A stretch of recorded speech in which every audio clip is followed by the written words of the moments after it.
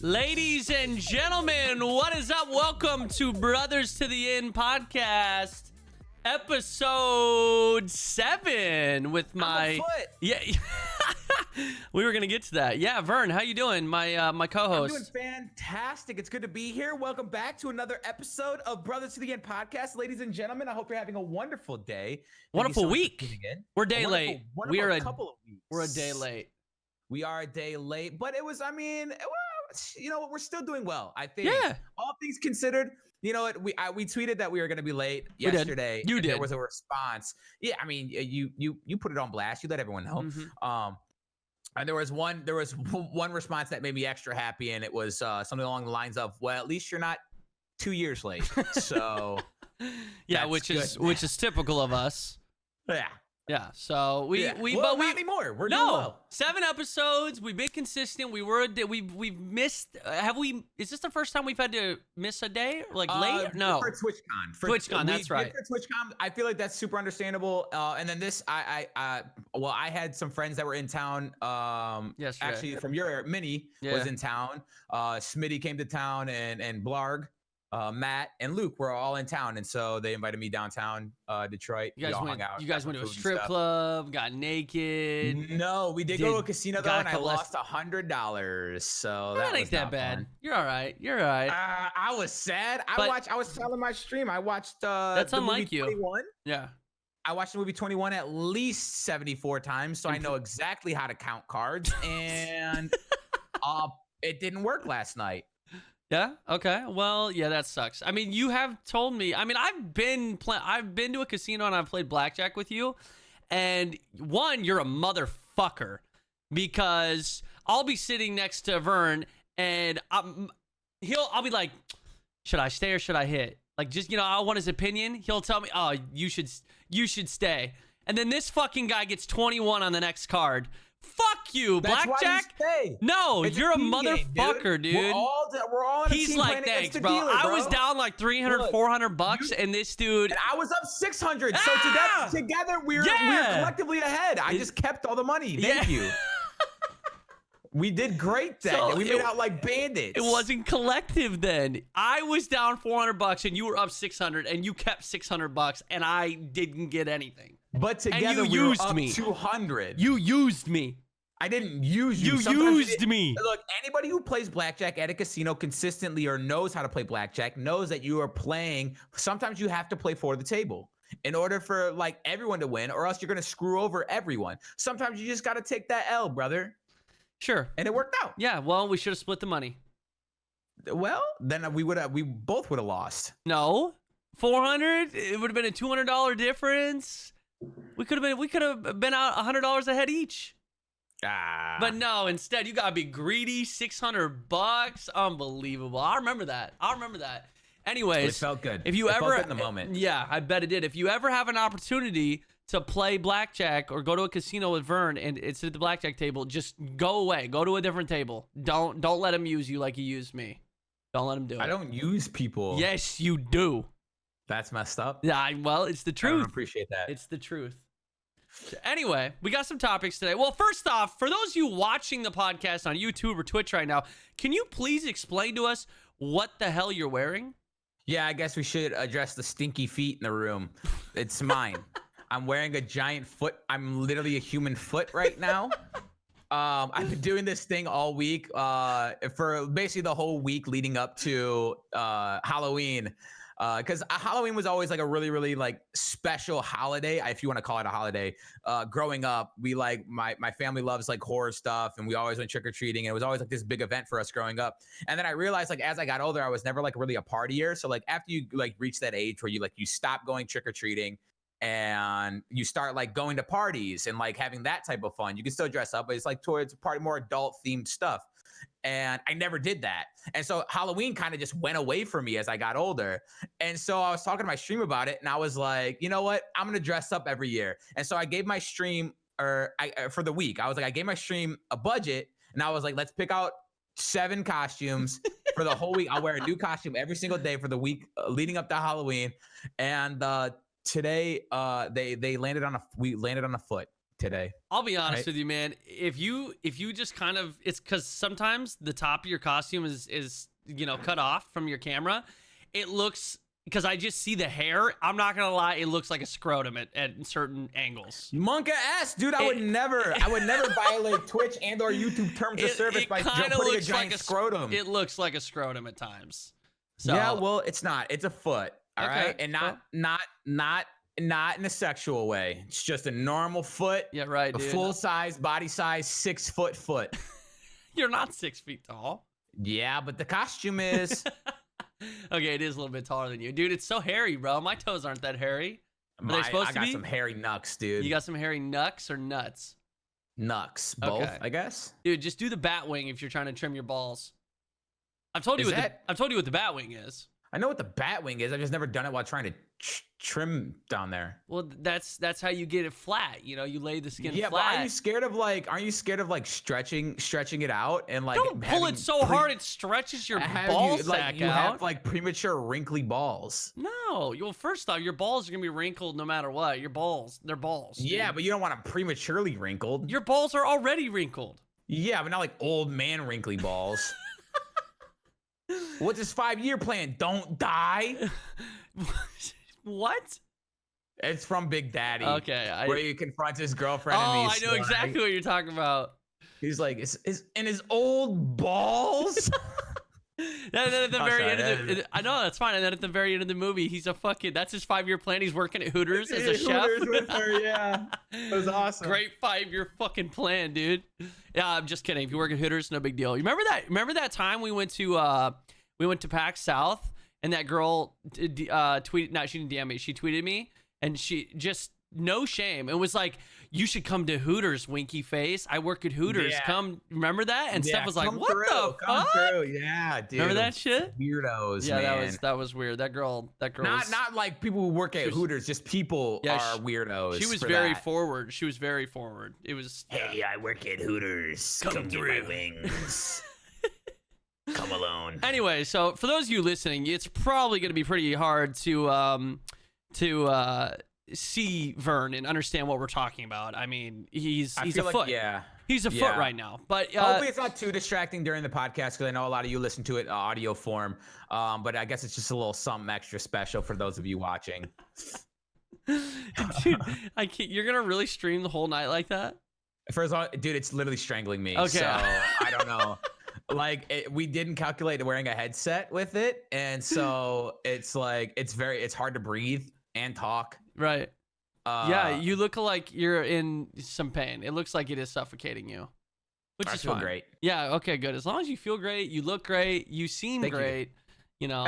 Ah. Now let's talk about that second thing that I just saw. Your pinky. Did you hurt your pinky again? Oh my god, dude! Literally playing basketball. It's the people that you love the most that hurt you the most. Look Yeah. at it. Okay, this is gonna be another visual thing. So there it is. Yeah, it looks a little. This is the. Oh, the that's good a pinky. fat boy. Yeah. Oh, that's a fat boy. You got a fat Yeah, boy so- pinky. Yeah, you just But jam it's it. like, yeah. Well, I don't know. I think it's broken. I don't think it ever was not broken. I don't from think the it's last broken. Time I heard it. You'd I know if broke it was 2 times broken. this year. That's what we thought last time, and then it was just never healed. What? So this is a crazy idea, and let me just throw it out there. You could just go to the doctor and just What are find they gonna out. do though? They're gonna either tell you They're it's gonna broken. Give me one of these. What if it is Motrin. broken? They're just gonna give me a splint like I have now. They're gonna give me some Motrin, and they're gonna be like, "Suck it up, dude. That's not Stop true. breaking your pinky." They didn't tell me. That's not Your what they do. hand? Because you broke Yeah. your whole hand, dude. For a pink, it's like breaking a Well, toe. I didn't dude. break my whole hand. I broke my 5th metacarpal, which is the Oh, the well, bone he's a doctor below now. Listen to this guy. the bone below the this pinky metacarpal. knuckle. That's what it's called. It's a boxer's fracture, and it's one section of the hand. But I can't imagine just, well, to be fair, my break was probably a lot worse than what yours is. But still, you Yeah. should go and fucking get it checked out, you numpty. I might. Okay. I'm gonna give it a couple days, Oh my god, dude. and then we'll see how it goes. I mean, I have all the tools here. You have all the To tools. mend you, it. you have a To mend splint and you have Motrin. And ice. Nice. Oh, good. Then you're gonna be fine. You're gonna be absolutely fine. Thank you. You're a goddamn idiot. Go to the doctor. If it's giving you issues, go to the doctor. Don't be a stubborn male like all the rest of us. What is that? What does that mean? Well, Steph likes to tell me, because I didn't want to go to the doctor either. I was like, I'm fine. It's just swollen. It'll go down. I'll ice it. Yeah, but you couldn't function. That was your hand. This is a pinky. I could literally chop this boy off and still function pretty normally. I think you underestimate how often you use your pinky. No, I don't, because the first time I broke it, I literally couldn't use it for 2 months. You can't say you broke a bone when you didn't technically break a bone. Do you want to see me? I'll break it right now on stream. then at least Just you'll be kidding. telling the That's truth. Monka ass, dude. Yeah, self-harm is a bannable offense. Please don't. You're on my stream right now too. In game. I'll break it in game. Like, what game is there that you can just break your individual fingers? Dude, but I just covered my own ass. Okay, smart. Anyway, should we actually talk about our topics? Dude, our topics there are today? actually a bunch of really good ones. Stuff that I wanted to touch on really early. Because I feel like attention rates are a lot more towards the beginning. Like, that's a true. lot more people be listening and stuff like that. Yeah. So 2 really awesome things that have been happening within our community on YouTube, Twitch. I've seen it on Twitter, and a lot of like streamers and YouTubers have been participating. But teamtrees.org. So Mr. Beast posted a YouTube video, and he basically vowed to plant 20 million trees. Along with the Arbor Day Foundation. That's a lot of fucking trees, 20 million trees, right? Holy So he shit. took it upon himself, and he was literally out there like planting trees. Obviously 20 million is a little bit more than a group of people can handle. So they passed it off to the Arbor Day people, and they basically have this website up right now where every single dollar that comes through, they'll plant a tree for it. And it's gotten so much attention. Last time I checked, they've raised $6.7 million, which is still not the $20 million goal. Right. But they've had people like Elon Musk jump on and say that, I just saw it on Twitter, but like literally just before we started streaming, Elon Musk jumped on and said that he was going to donate 1 million trees, so $1 million to the fund, to the cause. So it's really awesome, but even so, that's still they're still like over halfway off from their goal. And this is like, from what I read, it's going to go into like forested areas that could use the trees. And if you guys know, trees, they suck up carbon dioxide and they produce oxygen. It's very good for the environment. Shit you learn in in preschool. Yeah, but I'm just saying, like, trees are important. Trees are important. There's a lot of forest fires and stuff going on in California right now. No, you're absolutely like, right. There's no better time to like actually jump on this and like do what you can for the environment than right now. So if you guys would like to sauce your way over there, it's again, it's teamtrees.org. Hopefully, if you're listening to this later, we can throw it in like the description of the video. So the either the description of the video on YouTube or the episode. Just look at the description wherever you listen to this. And on another thing that I've been seeing on Twitter is the ketchup packet challenge, which is raising awareness for the NoKidHungry.org. So just briefly, I looked everything up briefly before the stream, but apparently 1 in 7 kids go to bed hungry and they don't know where their next meal is coming from. And so they want to raise awareness and actually raise money to make sure that these kids are properly fed and kind of prevent that whole situation. And so there's this ketchup packet challenge where much like the ASL challenge, the ice bucket challenge, but you have to eat packets of ketchup. Right. I don't even think I could do 10 one. packets of ketchup. You got to donate $100 to the fund. And I've seen friends like Elspeth do it, and I thought it was a really awesome cause. And so if you guys are interested in helping there, that's nokidhungry.org/ketchup-packet-challenge. Okay. That's so cool. 2 amazing causes. If you guys it was payday or something like that, and you wanted to help out 2 amazing causes, the environment and children, our future, both our future. So feel free to sauce your way on over to those websites. I like that. Sauce your way on over there. Is that what you said? Okay. Sauce your way on over there? Yeah, it sounds good, right? But like it comes from like a drunken family party where so this is a funny segue and a funny story that I didn't think I would tell today. We're all drunk in my uncle's kitchen. Okay. And I have my cousin standing in front of me, and we're all just talking, and he's drunk, and he kind of gives me like this sleepy-eyed look, right? And he's like, "Hey, Vern, you want to sauce me one of them chocolate boys behind you?" And I was like, "What?" And he was like, "Just sauce me one of them chocolate boys." And I was like, "What are you saying to me right now?" And I turn around, and there's a mountain of chocolate cupcakes sitting behind me. And I was like, "You mean a cupcake?" And he's like, "Yeah." And chocolate And boys. so I handed him a cupcake, and I've been saying "sauce me" stuff ever It's since. genius, dude. That's fantastic. It is. That's a thing. It is. See, that sticks now.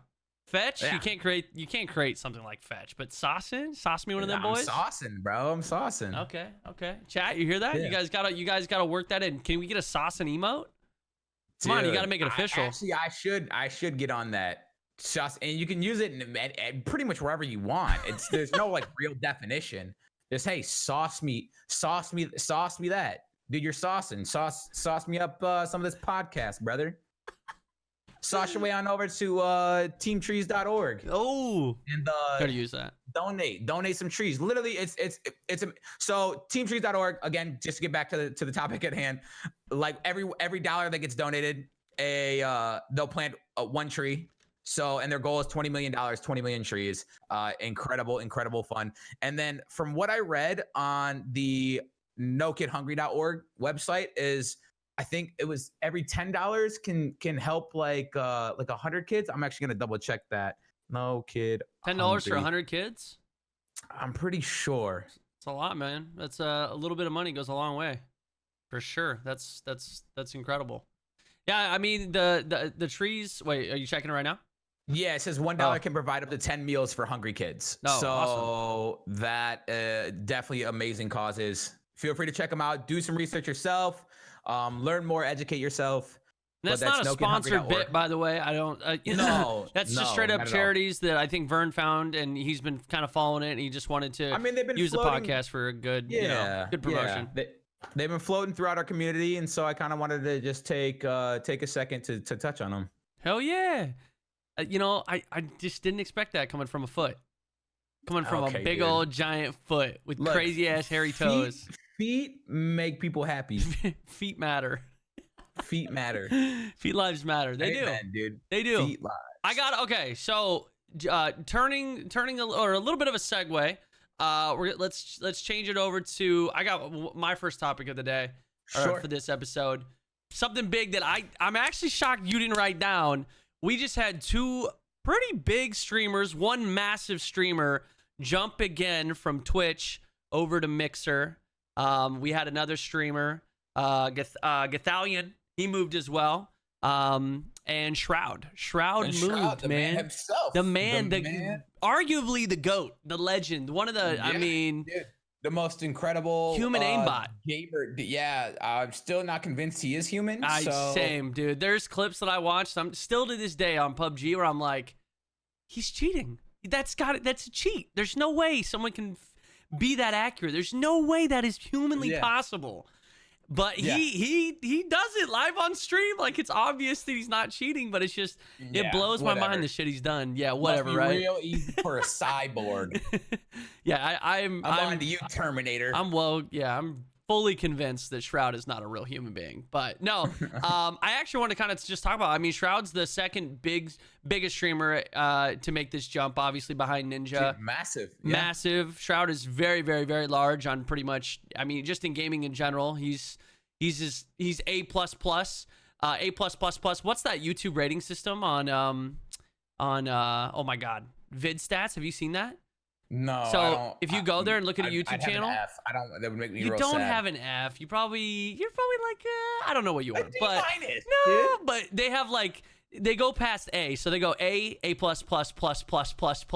Like that could be your rating on YouTube. Like there really is channels with that rating. But anyway, he's way up there. Obviously, if you're listening to this, you probably know who Shroud is. Gathalion is more of a Destiny community streamer. He's pretty big, he's a big fish as well. Yeah, he is. Giant pond. He's definitely smaller than Ninja and Shroud, but he's not small by any means. And he's been definitely like a Destiny a streamer. He's been playing Destiny 1 and Destiny 2. He might be the biggest Destiny streamer. Yeah, I would say he's I know definitely he's up branched there. out a little bit, but that's his main game. Yeah. So he also moved over to Mixer. It was kind of, I think a little bit overshadowed by Shroud's announcement, but it's again, two pretty large streamers going over to Mixer. I'm really curious to see if, like, obviously the move of Mixer, or excuse me, Ninja going over to Mixer, you can see the decline in viewership. You can see that there's not actually that many people making the transfer over. But with someone like Shroud, it might, and Gathalion, like, it might really help Mixer kind of bring those viewer numbers back. I saw Shroud's numbers. Granted, he just made the jump, but Shroud's numbers have looked really, really good. Granted, Modern Warfare released, and I think if Shroud would have stayed over on Twitch during the release of Modern Warfare, he would have had... He might have been doing a little bit better. He would have, because if you looked, Doc had like 100K viewers. Yeah. And so Shroud would have had those viewers over Doc. No offense to Doc, it's just Shroud would have. He's bigger on Twitch than Doc was. And for some reason, there's this really weird thing on Twitch where the bigger you are on Twitch, the more viewers you have, the more viewers you're going to get. Like, everyone just flocks to the same channels. It's a mob mentality. It is. Oh, there's 30,000 people watching this channel. Well, I'm gonna go there too. It snowballs so quickly. Logically, it's like, okay, why if you're a new viewer looking for a channel to be in Twitch, okay, well, there's 30,000 people here. Why do they have for a reason? Viewers? Of course, exactly. But it is crazy how fast things can snowball. I mean, shoot, even back when there was a time on Twitch where a new game would release, and this was back years and years and years ago, before Shroud was big, before Doc was there. Really, the biggest streamers on Twitch was Lyric, Summit. It was a lot smaller of a platform back then, but like a new game would release, and luckily, just because of how my channel was built and just where I sat, I was always the late night guy that was up for midnight releases. Now everyone is, but like, my normal viewership would go from, like, I don't know, 5 to 8K to literally 20,000 plus, just because of a brand new game, just because I was the top viewed channel at that time. Literally no other reason. Too. Yeah, Geo was like the master of it. Our friend Actabunny Fufu, he would literally like just stay up midnight release and then marathon a game until he beats it, and would just carry ridiculous amounts of viewers. Yeah. It's all about, well, not as much anymore, but it used to be all about positioning yourself like behind a big streamer, especially if they're getting offline, or if a big game's coming out and you position yourself behind them, the trickle down effect. Because as soon as that big streamer ends and that viewer goes, oh, I still want to watch more of that game, they trickle down to the next available stream or the biggest stream behind that. So there's always been like little things, little ways to kind of build your viewership or bring new viewers in.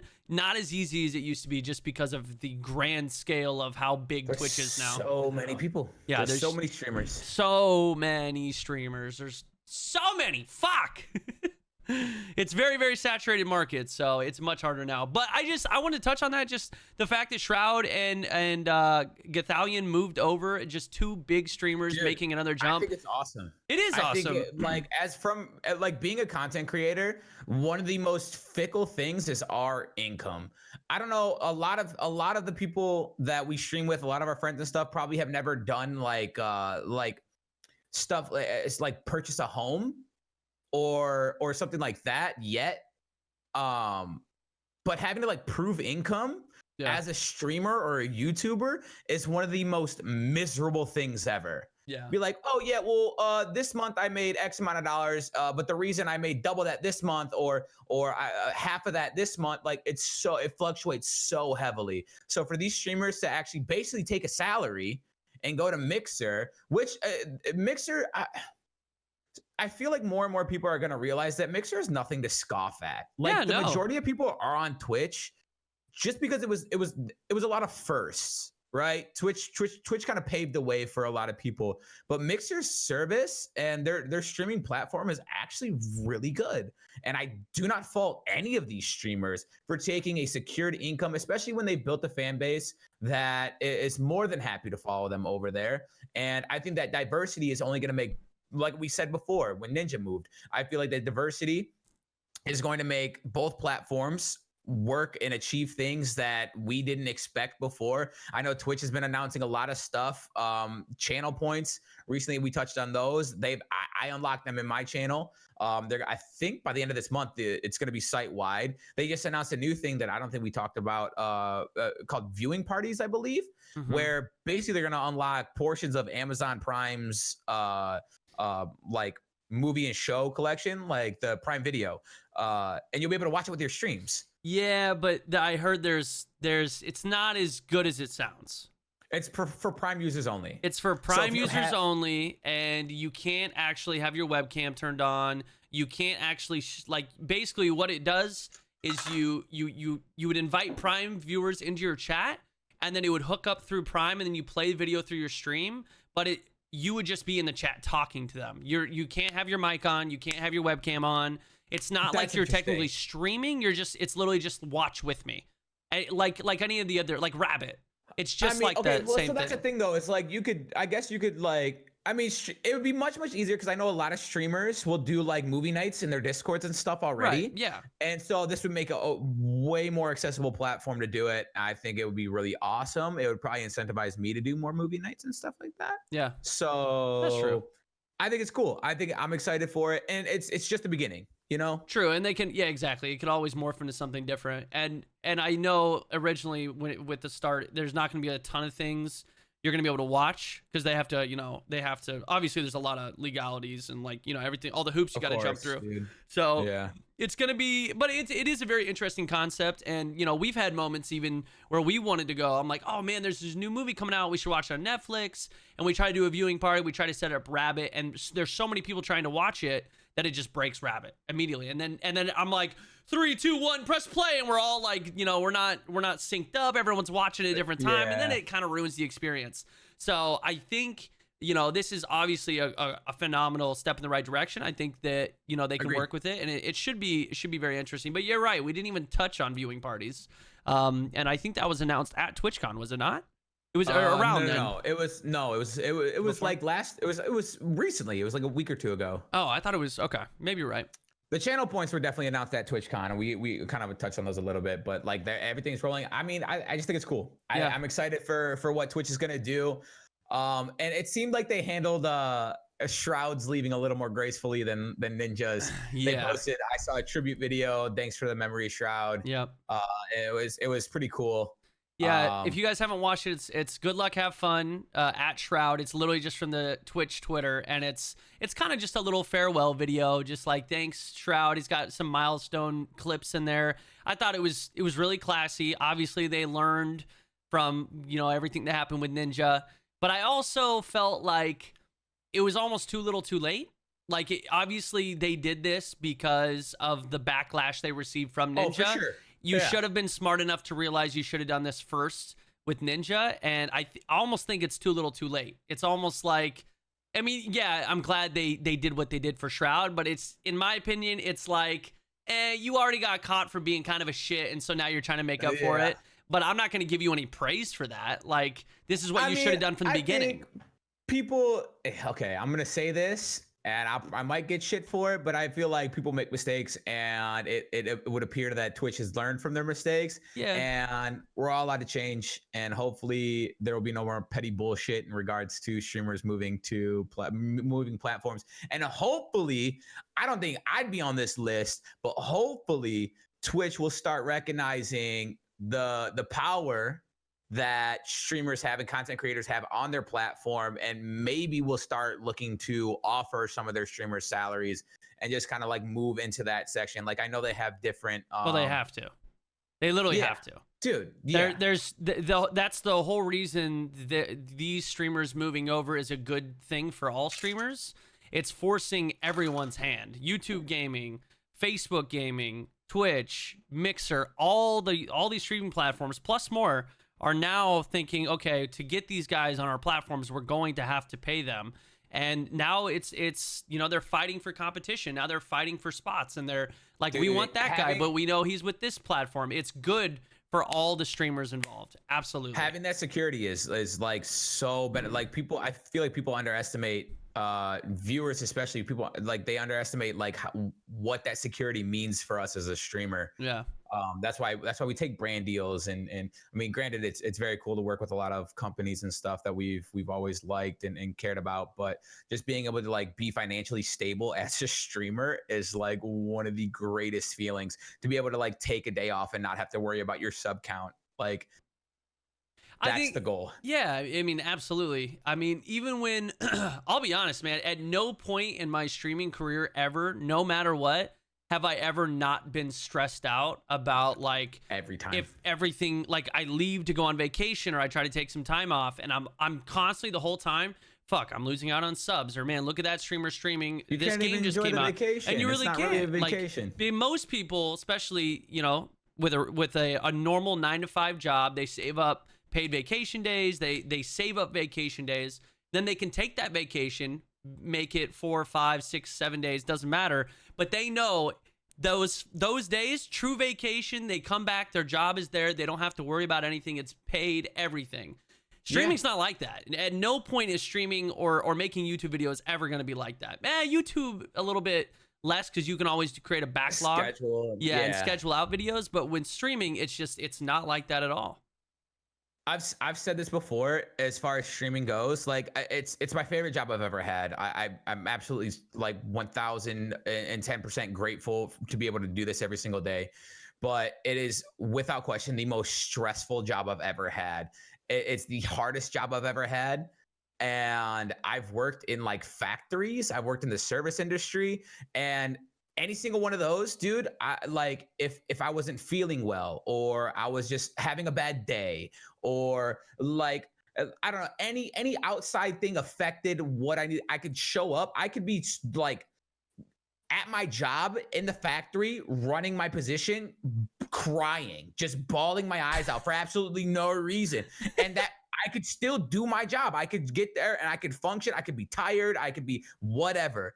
Here, like when you're streaming, you have to be on all the time. You have to like be ready to go. If you're a little tired one day, people are going to be in your chat. Oh, what's wrong? What are you sad about? Why? And if God forbid it's like a person's first time in your chat, and they look at you and like you're literally just tired that day. You didn't sleep well that night. Nothing's wrong, dude. Why do you look so tired? This is like my first impression of you. You're not entertaining at all. So I'm gonna go find another streamer. Yeah. There's so many little things like that stresses me out on a regular basis, and it's why I've taken days off before. That I'm just like, I get home from the gym and I'm like, man, no amount of caffeine in the world is gonna help me right now. Like I'm just gonna take the night off. Like, and then I take the night off, and I'm stressed about it anyways because I'm like, I'm gonna lose subs. Yep. People are gonna forget about me. I'm gonna back to the factory. Yep, it's a vicious cycle. It's a vicious cycle. But then again, on the other side of the spectrum, it's the best job ever. We get to play video games and hang out. So like, but it would be very, very silly to say that there's no stresses involved. There's no nothing. Just like anything else, there's just different types of stresses than what most people have to face on a daily basis. That's really all it is. So. But yeah, it's again, it's, I mean, we talked about it before. It's a good thing. You know, I don't think anyone's naive to the fact that Shroud got paid buco bucks to move. I don't necessarily think he made as much money as Ninja did, but I would say he made enough to make. It wouldn't surprise me if he did. I would say I don't think he made as much as Ninja, but he definitely made life-changing amount of money that you would have to be stupid to say no to. So, yeah. I mean, he's going to be just fine for the rest of his life. And I mean, and if this is Microsoft's play, Mixer's play, dude, like they're setting themselves up for success in the future, man. I don't know what their long-term plan is. I don't think like they'll be able, I mean, granted they have Microsoft money, right? So, like, I don't know if their plan is to like continue to pay streamers after, because I'm almost certain, and like I'm speaking from assumptions here. But it's like multi-year contracts, right? But after those multi-years are up, like, do they continue on paying them, or like I'm curious to see how that goes. Yeah. Because I don't think that's necessarily sustainable. It's almost like a signing bonus, you know, when you go to a team or something like that, you get a signing bonus, but then that's like a one-time thing. So I'm curious to see like after, if it's more like that type of player, or they're actually planning on continuing these salaries, because I don't think that's sustainable. But I don't. Well, it's definitely not sustainable if the platform doesn't reach where they expect the platform to reach, right? If Mixer doesn't grow to the point where, because it's for Mixer, giving that type of money to these streamers is an investment. It's investing in their future and hoping that these streamers can bring over numbers that sustains the website into at least to a point where it can grow and be profitable in the future. That's the whole point of it. So there's no way. Unless Mixer absolutely does get to that point, there's absolutely no way they're not going to be able to just like, oh yeah, let's re-sign the same contract 3 years from now. It's just, they're banking on this being able to kind of fuel their future and create that growth that they need. So, and it's smart. It makes sense. You bring in a lot of eyeballs.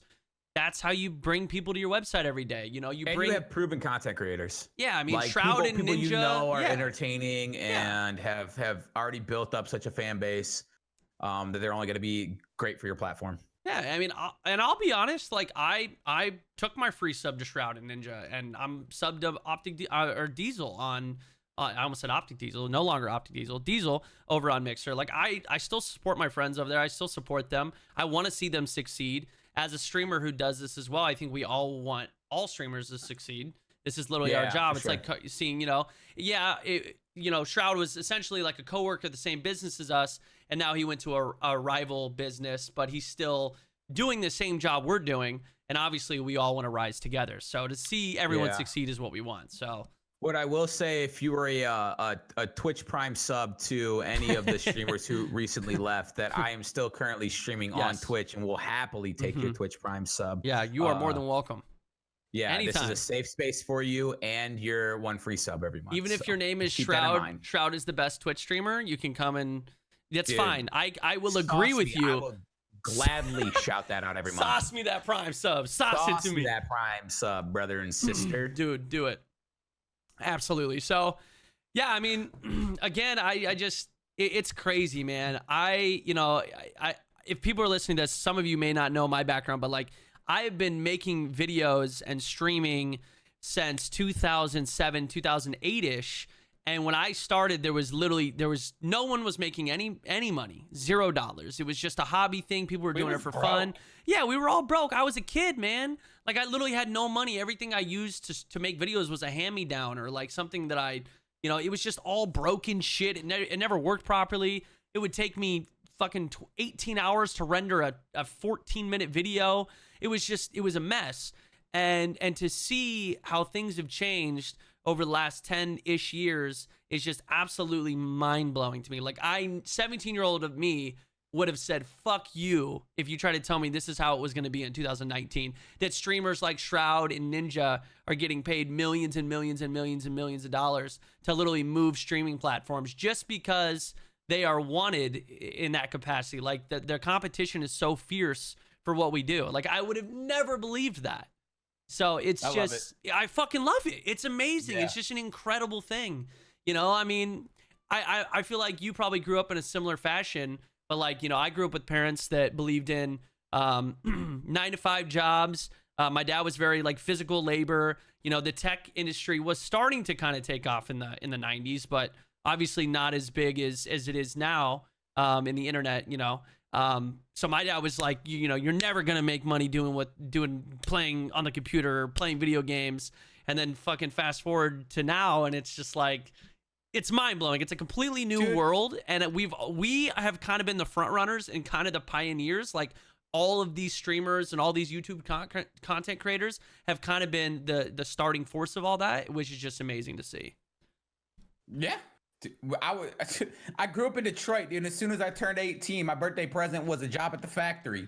Like that's just how we grew up. There was no money here. It was strictly a hobby, and boy, has that changed. It's awesome. It's crazy, man. It's absolutely crazy. But it's amazing. And what's crazy is it's really happened in a quick amount of time, right? Like, this whole world that we live in, we're literally streaming on Twitch, we're talking about streamers and content creators, that's all relatively new. So like, if you really think about it, right? So in another 10 years, where's it going to be? And a 10 years after that, where's it going to be? Like, it's kind of mind blowing to think about where just the streaming world and the content creation and influencer, I actually hate the word influencer. I don't even think it's, I don't influence you guys. I'm a streamer. Yes, you do. No. There's bad stigmas around that Because term. here's why. Dude. Everyone technically is an influencer in some fashion, right? Professional Sure. athletes, they influence. Actors, 100%. they influence. Musicians, they influence. But that's not what they are. They're not influencers. They're professional athletes. I'm not an influencer. I'm a streamer or a content It's a creator. subcategory. I wouldn't say if you're describing your job, if somebody asked me what I did for a living, I wouldn't be I'm an influencer. That's what I mean. So I don't like being categorized as that. But it's a subcategory. You're a professional streamer, a content creator, a YouTuber, whatever you want to describe yourself as. But I feel like there's a lot of streamers that actually take offense to the word influencer and they don't like it. But that's like, why do you think you get paid by your headset company or your energy drink company? Because you have influence. And I don't necessarily think that's a bad thing, as long as you are mindful of that and are ethical about it, and you're not sitting there just like mindlessly promoting things and like steering the community you built in like ignorant or wrong directions. I don't have a problem with the word. Fair enough. I just think it's overused. That's all. Because I feel like, Fair. well, I don't know. I just feel like it's overused. But to be fair, it's usually used in a business setting, you know, with companies and stuff like that. Like, oh, what influencers do you have on your deck? And I'm an Instagram model. Yeah, you are. I've seen your Instagram. As you were making that face with a giant fucking foot costume on. Why don't see? This is the Instagram content that I think people want to see. Bro, I've been posting all my pictures. Not you Instagram. flexing in the mirror every day. I mean, I want to see that too, to be honest. You know, show them guns off with your broken ass pinky. But anyway, I was flexing. Sorry. we got something else a little bit to talk about, which I guess kind of is a good segue from influencers. But I kind of want to talk a little bit about, and I think we might have touched base on this last time, the Hong Kong Blizzard NBA kind of whole thing that's been going on. Sure. You know, the protests in Hong Kong. Slap me in the face with it, dude. Yeah, I mean, it's crazy because I mean, I'm sure you saw what happened with LeBron. LeBron came out and kind of talked. He was in. Are you good? Yeah. You smacking yourself? This is why your pinky's broken. This costume is not easy to work dude. with. Sorry, I didn't mean to interrupt. You know what? I won't even get into the details because I'm sure you guys have heard so much about it already. But Terry Stotts actually said something that really was like the perfect answer for it. Because I feel like a lot of these NBA players and a lot of these coaches have been getting asked about it. I almost feel like it's bait because there's really it's a very tough topic to talk about because obviously the NBA has ties with China and from a business standpoint, that's a lot of money and money's very important for a business to obviously run, and that's the whole point of a business. But then you can't just do that because then you're cutting out the people of Hong Kong and what they're fighting for, and you want to stand with the people of Hong Kong because you know they're fighting for their future and their freedom essentially. And so Terry Stotts said it best. He goes, you know, we live in the United States. We stand for democracy. That's literally what this entire country is about. There's my answer. Like I stand with democracy, and I was like, that's literally the perfect answer. Well, like what else? You can't be mad at someone for that. He's standing up for what he believes in the country that he lives in. And I was like, that's the truth. Right to do it. Exactly. And that's like I feel like them trying to Blizzard and the NBA trying to silence their players and stuff. Like it was kind of just. It was almost scary, right? It is like, scary. Where is that democracy now? Like, where do you draw the line? I don't know. It's just crazy that is actually a thing. I mean, and I think sometimes because we live in the U.S., you know, we obviously live in that Western bubble, and the fact that there are so many people in China fighting for something that we kind of take for granted each and every single day. I think it goes under the radar, and it's just terrifying. It's actually terrifying to think about that there are so many people in China fighting just for, you know, what we have every single day. It's that simple, and they have to fight their government for it. It's absolutely ridiculous. So I really hope that obviously that turns out for the best. But it's crazy that obviously the American companies that are involved with China on a grander scale are also affected by that, and it's all just some crazy money machine that's got some issues, obviously. But at the end of the day, I mean, you're naive to think that money doesn't rule the world, and so it's all going to come down to who wants the money and where the money's coming from, and that's the end of it. Period. It doesn't matter, which is shitty. Obviously, it's super fucking shitty. That's just greed, is what it is. Yeah, exactly. So greed. But it is what it is, and that's the world we live in, and hopefully things will start to kind of make a shift. But I just kind of want to talk about that. I don't know. I think Terry's statement kind of resonated with me because I was like, God damn, that's my coach. Like, that's such a good answer because it's true, and he can't get in trouble for it, and there's no way China can get mad at the NBA for his answer either. You know? It's literally democracy, the USA. That's that's our freedoms right there, right? You know? So yeah. Freedom of speech. I mean, yeah, 100%. I think it's the ridiculous part comes in where the NBA and like they're trying to silence people for speaking out about it in support of it, right. Especially. Yeah. Like how can you not support what they're trying to do over there? Yeah. But like everyone's entitled to their opinion, but like using your power to silence people because you want to make a buck, it seems greedy. Like the worst thing. Greedy. Disgusting. Immoral. Yeah. Anyway, moving on. Oh, I don't know why. Well, someone said Star Wars in the chat, so it just reminded me. We have a game section. We have a couple games to talk about today. I know you wrote a couple down. Obviously, we had some big releases, but the new Star Wars game that's coming out which is actually a part of the other topic that you were going to talk about. Which I'm so stoked. Yeah. So I'll just jump right into that. Jump in because we've complained and bitched about launchers before from game companies. Yes, we have. And we praised Valve and Steam over and over again, and it has just come out. And I want to praise EA to the moon and back, because they are partnering with Steam. Yes! And so all of their games will be, not all, I think there's... slowly kind of trickling. They're slowly rolling them out. So it's going to start with the new Star Wars game. It'll be available on Steam. And then shortly after that, games like Apex and The Sims 4 will also be available on Steam. Yes. No more having to deal with Origin. Other launchers. Well, wait a minute. It might be like the Uplay thing. We don't know yet. Okay, because I was going to say, it could be like Uno, which is on Steam, but you open it on Steam and then it launches Uplay, and now you're in two fucking launchers at once, which is even shittier. So hopefully it's not like that, but we'll see. The fact that I was really excited. I was really excited to hear that. Yeah, and hopefully that will be the end of other launchers. Yeah, the other launchers just gotta go. Steam is the best. You can't top Steam. I'm sorry, but you really can't. But the Star Wars game, the new Star Wars game looks incredible. It looks so good, and I've heard from little birdies in my ears float around outside my window that they've played the game and it's phenomenal. Smart birds. Yeah, smart birds. I mean, birds are fucking smart, man. They're smart because they came right to my house and they were like, we peeking through your windows and see you streaming all the time. We thought you'd like to know that. So I was pretty excited to hear that. I'm so fucking stoked for that goddamn game. I think it's going to be so incredible, and we're finally going to get that Star Wars game that I think we've all been craving, not this Battlefront shiza that's just never been, quite what we've wanted. Also, I felt like Battlefront was like a shooter made for, it's a Star Wars game, so maybe this is true. It was a shooter made for toddlers. It literally was like the easiest game ever. It was not a difficult game. I really didn't play much of it. I played it at events and stuff like that, but I never actually purchased it. It was just so fucking easy, bro. It was like none of the guns had recoil. It was like Plants vs Zombies, Garden Warfare, but Star Wars.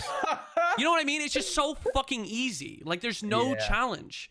It had its moments, but it's just not enough to keep you locked in. But this game. This game gonna be good. That's dope. I'm excited. I'll definitely check it out. I've never been a huge Star Wars fan, and I haven't played many of the games in the past, so I can't share in that excitement that you have right now. Unbelievable. But I'll definitely check it out. It should be, dude. You know me. At this point, just get any new game. Any new game. Yeah. Well, you're gonna watch the final Star Wars movie. I don't think I've seen the last one that came out. All right. Well. So it's not my cup of tea. You're not one of those people that thinks Transformers is better than Star Wars, right? Well, no. Okay, thank But I the also am not a fucking big Lord. fan of there's like a whole thing. Yeah, I no, feel like there's a I'm. lot of It's things that are better than specifically Courage. She always like tweets. Fast and the Furious is better than Star Wars. I mean, that's Harry true. Potter is better than Star Wars. That's Twilight's better than Star Wars. Shut up. What did you just say? All three of those movie franchises. Twilight? 100%. I know you're fucking lying. Twilight There's is a no masterpiece. way. Okay, now I know you're trolling, dude. Now I know you're fucking trolling. Unbelievable. Team Edward or Team Jacob? I'm Team Bella. Team Bella. Okay. Yeah, that makes a lot of sense knowing you. That actually makes a lot of sense. Yeah, I'm Team Edward. He seemed like he was a little bit more grounded. You know, a little bit more. You guys got the same skin tone. That's fucking cool, bro. I get it, because I'm pale. That's funny, dude. Well, you know what's funny? You look like fucking Jacob, so shut your werewolf ass up. Idiot. You're dressed as a foot. You're dressed as a fucking foot, and you're talking to me. Unbelievable. Yeah, Bella, a hoe, bro. Okay. She I'm a just gonna pretend hoe. like you didn't say that. It's true. She couldn't make up her mind. Just pick a man and stick to him. What is that? Jesus, going back and forth. Oh, Oh, werewolf. Oh, a vampire. Oh, Fucking you've only pick been with one. one girl your entire life. Okay. I Okay, dude. That's fine. Unbelievable, dude. You're right. You can make that assumption. You know what? I'll be completely honest. I don't think I've ever seen a Twilight movie all the way through, so that's all I know about it. It's kind of like me in League, where I know terms and I know a little bit about it enough to troll. But other than that, I have no fucking idea. So I'm just kind of bullshitting. You really like Bella, huh? Dude, I just think the franchise is fantastic. There's no way you think that. It's terrible. It's so good. Isn't Kristen Stewart like a terrible actress? No, she's not. She played that role perfectly. Okay. From everything that I've She was ever heard, void of a lot of emotions. She was void of a lot of emotions. That she was going through a lot, and it kind of just drained her. Jesus. And so that was the character she needed to play. Did you read the books? Oh God, no, I don't read. Oh, okay. So, all right, fine. Anyway, moving on from fucking shitty movies. Do you have what else? What else are we talking about here? Oh, we got games to talk about. The games, man. We got games. So obviously, two big releases just happened. Probably one of the biggest releases of the year. Modern Warfare, obviously the new Call of Duty from Infinity Ward, and we've been playing it. What do you think? I feel comfortable saying this now, but the alpha and the beta, I think I enjoyed the alpha more than the beta, and I just speaking honestly, I didn't have a lot of fun with the game in the beta. I just for whatever reason, it just didn't click with me. I wasn't a big fan of the maps, and I'm still not a big fan of the maps. But now that I actually have the game and I'm leveling up and I'm unlocking new guns and trying new things out, I find myself enjoying the game. I'm excited to play more of it, and it's just I don't know, it's fun. It's fun, but I was really skeptical upon the release of the game. I'm liking it. I mean, it's still Call of Duty, so there's those moments of frustration. I feel like there's a lot of balance issues in this one. The maps are fucking dog shit. They're so and the bad. shotguns are so strong. They're Shoot. The shotguns. It's either the shotgun or the M4. So that comes. I mean, again, every Call of Duty has balancing issues. There's always a god gun or something that people figure out in the beginning. Granted, this one was a little unfortunate considering every single person got to start with that M4, the XRK, which is like an armory variant of the M4 that everyone has at launch, and it's the strongest gun in the game. Like literally everyone's using it. So, and then the 725 or the 724, whatever the hell that shotgun's called. It's a sniper. It's a double barrel. It's ridiculous. I can't wait to get my hands on them. I'm ready. Shotguns only soon. No, God no. But the maps, I don't understand the maps. They're just I kind of miss just good old fashioned 3 lanes, pretty basic maps. There's so many just nooks and crannies and windows and the way people play it now, it's probably the most frustrating thing. We'll play domination and be getting completely destroyed.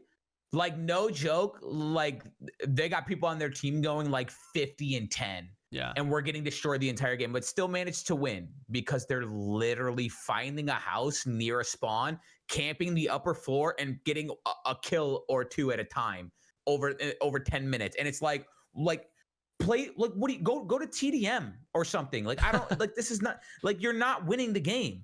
I mean, Like you're frustrating me the way you play the game, but you are not winning. No matter how well you do, you're not winning. it's very obvious that the game and the maps, the way it's set up, the way it's balanced, and the way the maps are, it is very catering to people who are slower and passive and defensive, aka campers. It's very, very obvious. There are perks where you can have two you can have two claymores, you can have two proximity mines. You set those up in the doorways. So frustrating. You sit there. Does Scavenger give you another claymore? I just thought about that. I don't know. If Scavenger gives you a claymore, then it's OP, and I have a feeling it does, and I haven't even looked to see if it does. Maybe I should run claymores from now on. I've died to a lot of claymores. Dude, they're so OP. They're so OP. But that's true. Restock does. You can get another claymore through restock, which is essentially OP as fuck. You can run and you can run two field orders at the same time once you level it up. The most frustrating thing about the claymores is that when my dead body from the last claymore is covering up the new claymore that they just set on the ground, so when I'm rage rushing to go kill them and I die by the other claymore, my dead body is acting as cover for their new claymore. It's very frustrating. Well, you have a problem with rage rushing. Yeah, but you really do. You're really bad at that. Like one of the worst players I've ever seen at that. 17 times to get him once. Means I kill you once. Yeah. Oh, 100%. You really will. Because you're not helping your team anyways. In fact, I'm probably helping your team more by removing you from the building that you refuse to leave. Like it's your actual home. Dude. No, you're feeding them kill streaks. You don't want to leave your home. You don't want to leave your home. You're scared. Like you're gonna go out into the world and experience something new. And what do you like? Oh, you might actually win a game for once in your pitiful Call of Duty career. Grow up. Yeah. Yeah? Yeah. Okay. Play another claymore. See what happens. He'll probably kill you with it. You'll probably run into it again. Oh, will I? We'll find out. No, Modern Warfare is a good game. It's got, obviously, like I said, it's Call of Duty, so it's always got balancing issues and stuff like that. But hey, they've been listening already. Like, there was an issue with Dead Silence where for the user, you were silent, but everyone else could still hear you. Like, it literally was not even working. They fixed that. Apparently... the maps were a little weird because it was they didn't have 6v6 and 10v10 dom split up, so you were getting there were times where you were just playing on massive massive maps, and it was just I still feel it's really weird. I don't know what it is about this game, but I still feel like even just in a normal 6v6 dom game, there's not as many kills to be had, and I don't really know why it is. Maybe it's just because people are hiding. It promotes a slower paced game. Yeah. You're playing 4v6 because the two of the people on the enemy team are in the same spot the entire time. Dude, we were playing what's the new game mode that we were playing? Cyber Attack. Cyber Attack. I actually like that. There was two instances where I got like 4-man, 5-man feeds because I would come into a building and the entire enemy team is just lined up looking out of windows. Like, you're playing the wrong game, my friend. This is not what you're interested in. It made me look great. It made me feel great, but also a little frustrated because that's the type of people that are playing the game. That's how they play the game. That's how they see success in the game. And it's very frustrating. Sorry, I was sneezing a little bit there. Yeah. 7 times? 6, 7 times? It was like a 3 or 4. Yeah, which is normal for me. A few more than that. That's a little attention getting. That's fine though. Oh my god, dude! I'm not the only person on this planet that sneezes that much. Somebody, and you're not gonna bless me? Bless you. I don't need to bless you. I don't. If anything, I say excuse me when I sneeze because it's obnoxious. But you got one. I don't need your attention. Move past it. I acknowledged it. We can get over it. You're such a piece of shit, dude. Oh my god. No, here's another thing. I feel like in previous Call of Duties, you'd run into an area and you learn the map pretty quickly and okay, there's 4 angles that someone could potentially shoot me from. This time you run into an area, there are 30 fucking angles. Oh, dude. You got to get lucky and just hope that you hold the right one, right? Yeah. And there's only so much you could do sometimes. I feel like I've been getting my ass kicked in this game. So many instances where like I'm moving up onto an objective or something like that, and I'm checking a corner, I'm like peeking, I'm like waiting, and then as soon as I go to check another corner, they come in from a different, like, dude, it's so hard to be tactical about things, especially like the way, I mean, I guess we're used to like pub stomping and stuff like that. We're not being really tactical about it, and we play very quickly. And so we're going to, and the time to kill in this game is almost non-existent, bro. If I've seen maybe one turnaround, if you get shot at first and it's close range, 9 out of 10 times, 99 out of 100 times, you're probably gonna die. Yeah, the time to kill is really weird, and I don't know if that's kill cam, if that's like a kill cam showing a different time. Like it's got to have something to do with, you know, ping, and it's got a server lag, latency, or something. But like, there are times where you feel like you're putting a lot of shots into someone, and then they turn and you die instantly, like within one shot. And then even on the kill cam, it's like, how did they kill me so fucking fast? Like they killed me in like 2 bullets. There's got to be something missing on the kill cam or something that's going on there. But the time to kill, yeah, it feels like it's so fast.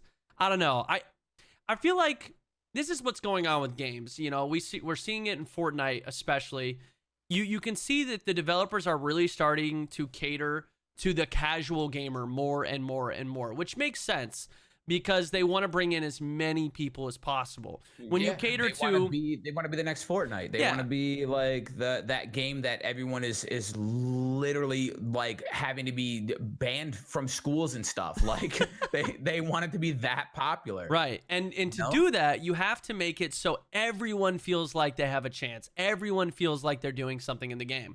Right? Like the kids who join a game and they just get constantly shit on, that they're not going to want to keep playing the game. Like it's that simple. So you have to give them things that's going to make it so they at least have a good time or they have a chance of getting some kills, which to do that with what I'm seeing is you narrow the skill gap, which means you give them fucking 2 claymores, you give them 2 proximity mines, you give them, you dumb it down so you give these people more of a chance, which makes the game frustrating for people who are better at the game because they're dying in ways that they fucking shouldn't, because in previous games they've learned. Yeah, it's just, and you're seeing it in so many more games, which from a design standpoint, from a business standpoint, it makes more sense. But from a consumer player standpoint that wants to get better at a game and be rewarded for being better at a game, it's really, really frustrating to see. There's nothing more frustrating than dying to a player, and like a shooter, there's nothing more frustrating than dying to a player that you know you're better than. Yeah. And when somebody like literally can't hit a shot to save their lives, but you just wiped half their team and now pushing up on them and die to a claymore, like that's so aggravating. Yeah, it is. It's tough. I think there's some balance issues. Like another thing in this game is the aim punch is so fucking ridiculous. And the ARs, especially that M4, it's so accurate from long range that you can essentially out-snipe snipers with it from across the map. Just because if you get one bullet on that person while they're aiming the sniper at you, their fucking snipers just bouncing all over the place. They're not going to be able to, as long as you're continuously hitting them, the aim punch is too much. They're not going to be able to shoot you with a sniper. So, and the ADS time on a sniper is so slow most of the time. I mean, I know there's some attachments you can get to make it quicker, attachments you can take off, obviously, to make a difference. But like, there's, again, the balancing just needs to be tweaked. I do see Infinity Ward working on the balancing. I hope that they listen to the vast majority of the players who want these changes. But we'll have to see. I don't know. But I'm still enjoying it. Have you played the single player yet? Yeah, I did. I played the single player. I mean, obviously, I won't. The best Call of Duty single player that we've ever had. Yeah, it's definitely up there. I wouldn't say it's the best one in terms of the story, but it's in all, I mean, it was fun. It was really, really, really good. Like, it's definitely one of the best ones. Like 4 times. Oh, so you did play it? Yeah. Okay, you almost cried like 4 times. I mean, dude, it was so good. Maybe I have like a special place in my heart for Black Ops 1.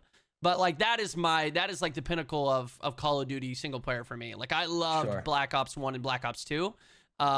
This game was definitely up there with that one. Obviously COD 4 is like nostalgic, Gillies in the Mist and shit like that. Like I still think that's probably one of the best one of the best missions of all time in COD 4, and I never. Dude, we talked about that every single time I play a Call of Duty single player. Yeah. We talk about Ghosts in the Mist. Yeah. So That's one of my favorite mission. But there was a mission that was close to it in this one that I really liked. I know what you're talking about. But it just still, and maybe it's because it's a nostalgic thing. You know, I was like 16, 17 years old when I played Call of Duty 4, so maybe that's why I think it was so much better. But it was still phenomenal. Like, definitely one of the best Call of Duty campaigns I've ever played.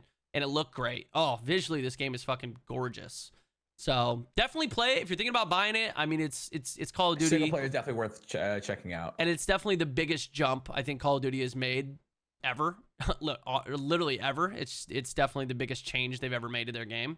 So they're definitely starting to kind of swing the design a little bit, which is nice to see after having essentially the same Call of Duty for how long? Way too long. That's what everyone says. Yeah, that's what everyone says. Way too long. So, and then what else came out? Outer Worlds. Have you played Outer Worlds yet? Did you start? I only played a couple of hours, but it gave me like really hardcore Oblivion vibes, which is one of my favorite games of all time, and obviously like Fallout vibes.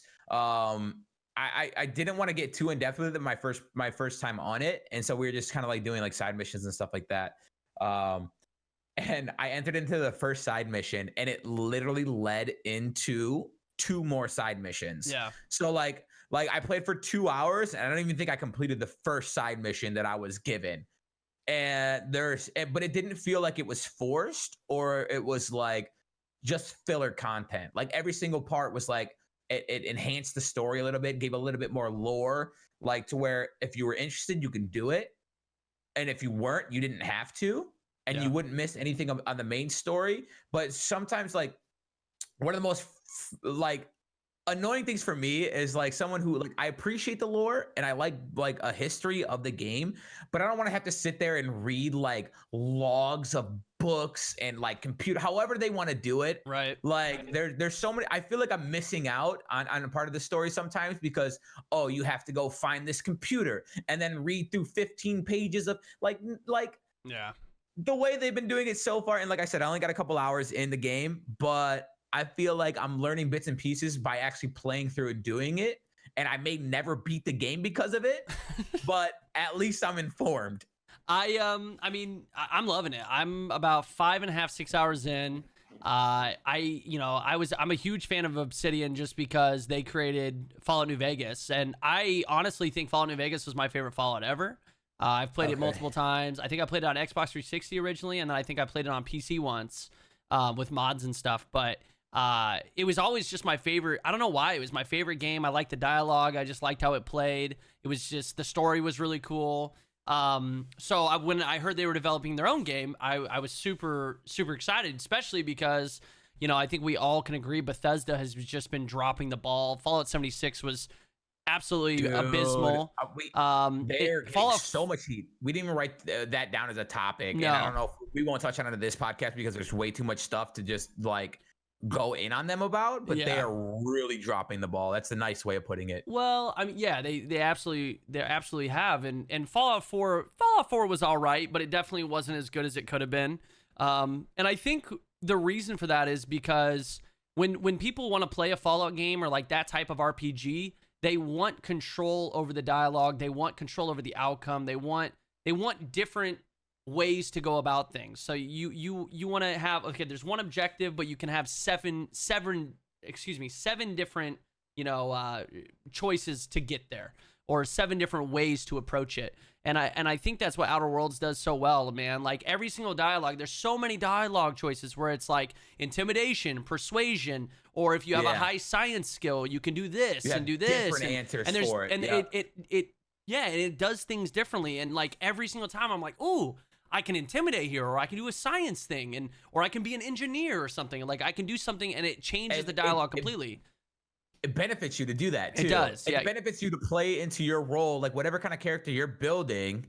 It benefits you to play into that and actually like build that archetype for your character, not only like in like a skill tree, but also like with dialogue. And like actually immerse yourself in the world. It's very well done so far. Yeah, I mean, Like, like I said, I'm 5.5 hours into it, but I've been loving it so far. It really feels like the RPG, like the Fallout-esque RPG that I've been waiting for. And it really gives me, it kind of gives me a Mass Effect vibe too sometimes. It really does. I love Mass Effect games because in Outer Worlds you also have companions, which is really cool, and you can like spec them out and stuff, and they have their own perks and stuff like that. Which is really cool feature. I haven't gotten that far yet. That sounds cool. And it also, the world, the visuals of the world definitely reminds me of No Man's Sky. You know, very it's essentially Fallout in space. I know that's like super vague and super broad, and it doesn't really explain a whole lot, but that is the vibe that this game gives you. And it's spectacular so far. I mean, I've only been hearing good things about it, so I'm excited to jump more into it. One of the coolest things I thought that I saw was they call it a flaw system, and basically as you play, you will do things that obviously like can hinder your character. So for example, there's alcohol in the game, right? So if you're drinking a bunch of alcohol constantly, yada yada, you're every time you find alcohol, you're drinking it, it'll pop up and say your character, there's been a flaw detected. And basically your character can become an alcoholic. You can accept the flaw, which will lower certain attributes, but because you accepted the flaw, you can get a perk point to get a new perk. You don't have to accept it, though. That's actually awesome. It's really cool. Yeah, so that's really one of the cool moments. I thought, I'm like, damn, that's so fucking... So if I just go around murdering a bunch of people, like... I don't know what all the flaws are, but yeah, maybe you murder a bunch of people and it'll go, your character's a murderer, so like maybe your persuasion goes down and your likeness goes down.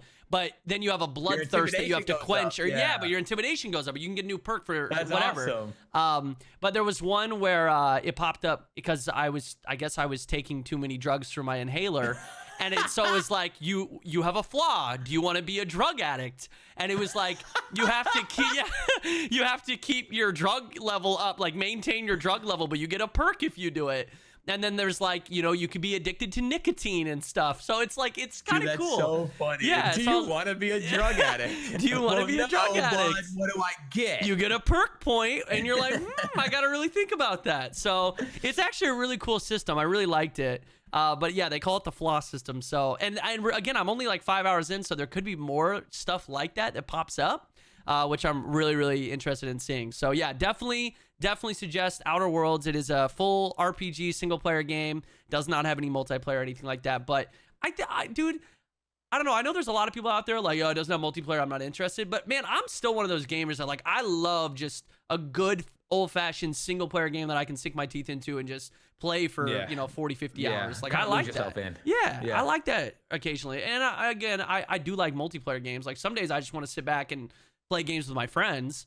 But there are moments where I'm like, dude, I don't want to play with anybody. I don't want to talk to anybody. I just want to sit down and play a single player game. And I think Outer Worlds, man, it's definitely that game.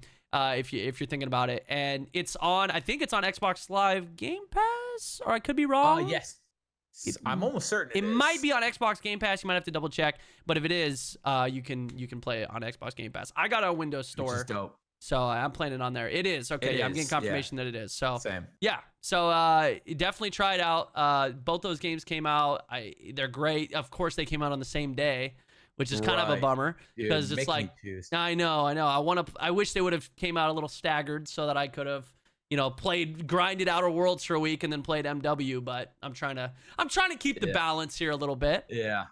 Dude, and I'm still not done with like 2K and stuff, man. Still got to finish my hard. 2K. My career, I know, I was thinking the same thing. And there's something else, too, that I haven't finished. I guess you just can't sleep anymore. I don't finish a lot of games, to be fair. I kind of, I preface that. Like on my Let's Play channel, literally in the description, it goes, I tend to not finish games. Like, literally, it just says that. Because it's true. I try. And some games, if they suck me in and I really, really, really like them, like, I'll fly through them. But if they're super long games and I'm like, I'm a little burned out. Like, what was that game? There was a zombie apocalypse.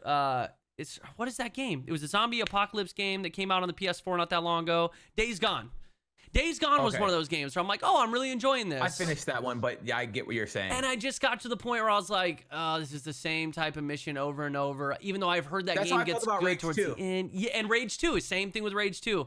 It had potential, and it was just the same mission over and over. And I was like, I can't do it anymore. I just get burned out. I played it for 6 hours the first day, and I was like, well, I think I got my fill. Yeah. Yep. Same. There's just sometimes the games can't hold my attention, and I want to finish them, but they're just because there's always something else tugging at the back of your neck, dude. I know. They're like, oh yeah, do you want to finish Outer Worlds? But Modern Warfare just dropped. You sure you want to finish Outer Worlds? I do want to finish Outer Worlds. I'm gonna finish Outer Worlds. You say that, no, but I'm going to. There's if you just stick to the main mission, then you're missing out on so much lore, dude. I'm telling you, I'm so ready to prepare, like sink so many hours into that game. Okay, so this is not technically it's not a spoiler. I'm 5.5 hours. Okay, the game is not completely open world, right? There's like instances of openness, like open areas. I've played for 5.5 hours. I just left the first area. The very first area. I just left it. I haven't done anything else. It took me about 5.5, 6 hours to just beat that one area. And I think I did everything. And I probably didn't. I probably missed some things because I didn't explore the whole area. So I just did all the side quests and I completed all of them, at least that I got. So I think I did it all. I'm not sure. So at this point, I might be trying to 100% the game. I don't know. But if I see an objective and I haven't done it, I have to do it. Like, I have to go and do it. It's like a blemish on your record, dude. Like, I'm not going to have this uncompleted task. I used to be like that in Oblivion, dude. There was a point, I think I did a playthrough where I spent hours off stream finding every single location, unlocking every side quest, like starting every side quest. And then I went through on stream and like did the side quests. And like, so I had them all and we would like knock them out one by one. And it was like the most satisfying thing. Dude, you really were obsessed with Oblivion. Haven't you beat Oblivion like 6 times? I'll probably go back. Oh, dude, if not more. But you say this and you've still never even beaten Skyrim. Oh, I didn't like Skyrim as much. You should play. Dude, I don't know. I think you should give Skyrim another chance one day, especially now because you can play it on PC and you can mod the shit out of it. I might play on it and just lower the crap out of the difficulty. Yeah, because I think like the first time I beat Oblivion, like it was just normal difficulty or whatever like that.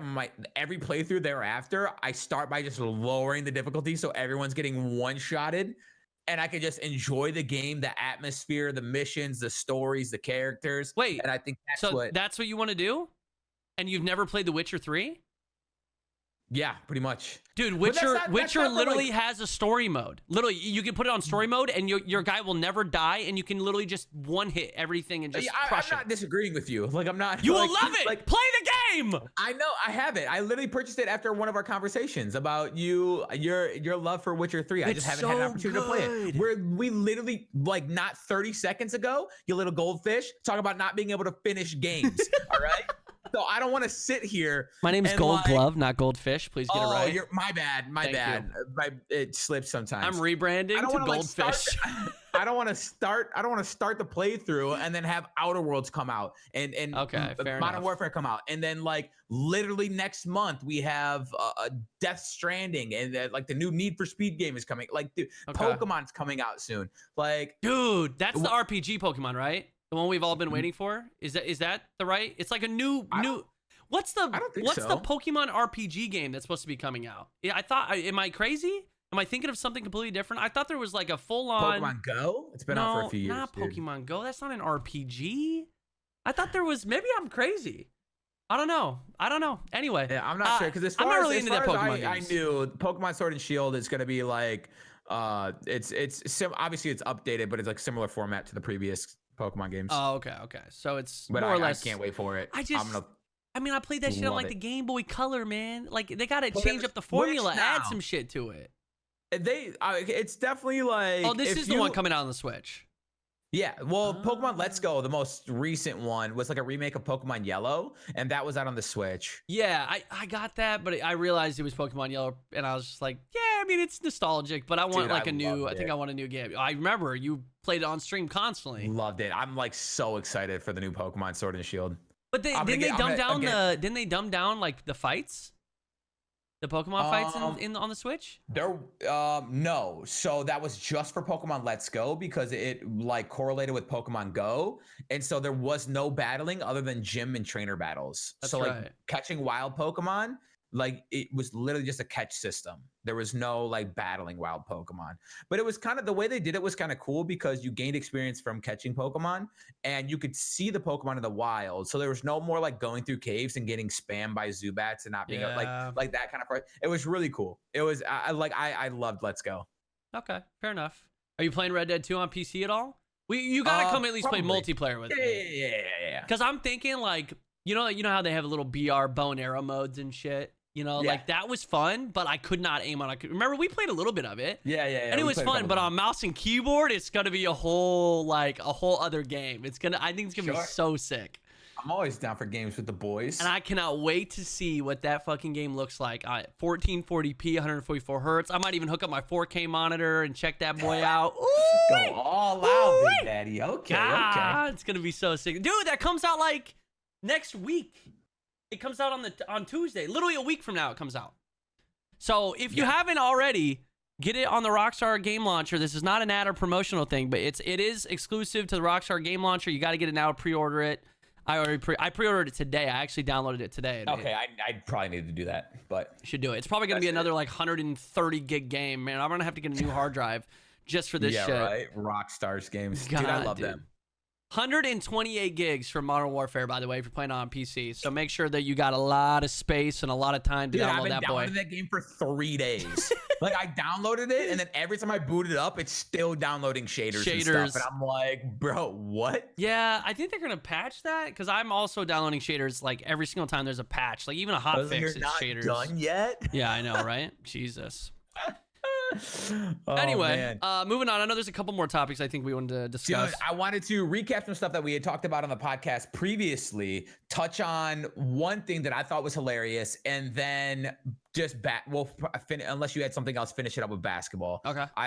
We'll save that for last because I feel like we can talk the entire podcast about basketball because the season just started. But to recap, our boy Mike Posner, after the pop rapper, singer, musician who was walking across America, releasing new songs every single quarter, got bit by a rattlesnake, ended up in the hospital, had to like relearn how to walk and everything, completed his mission. He walked across the US. So that's done. Congrats to him.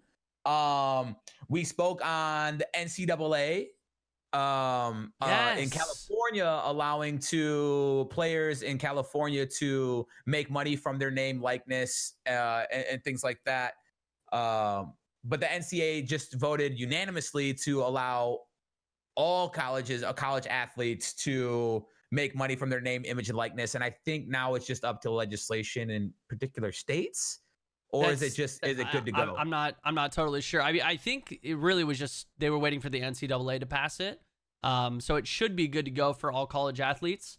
But obviously it's a good thing. Like that's a huge shift. Congratulations to all college athletes. Especially those of you who are well, I'm speaking it like they're going to be listening to this, but to those of them who yeah, that's true.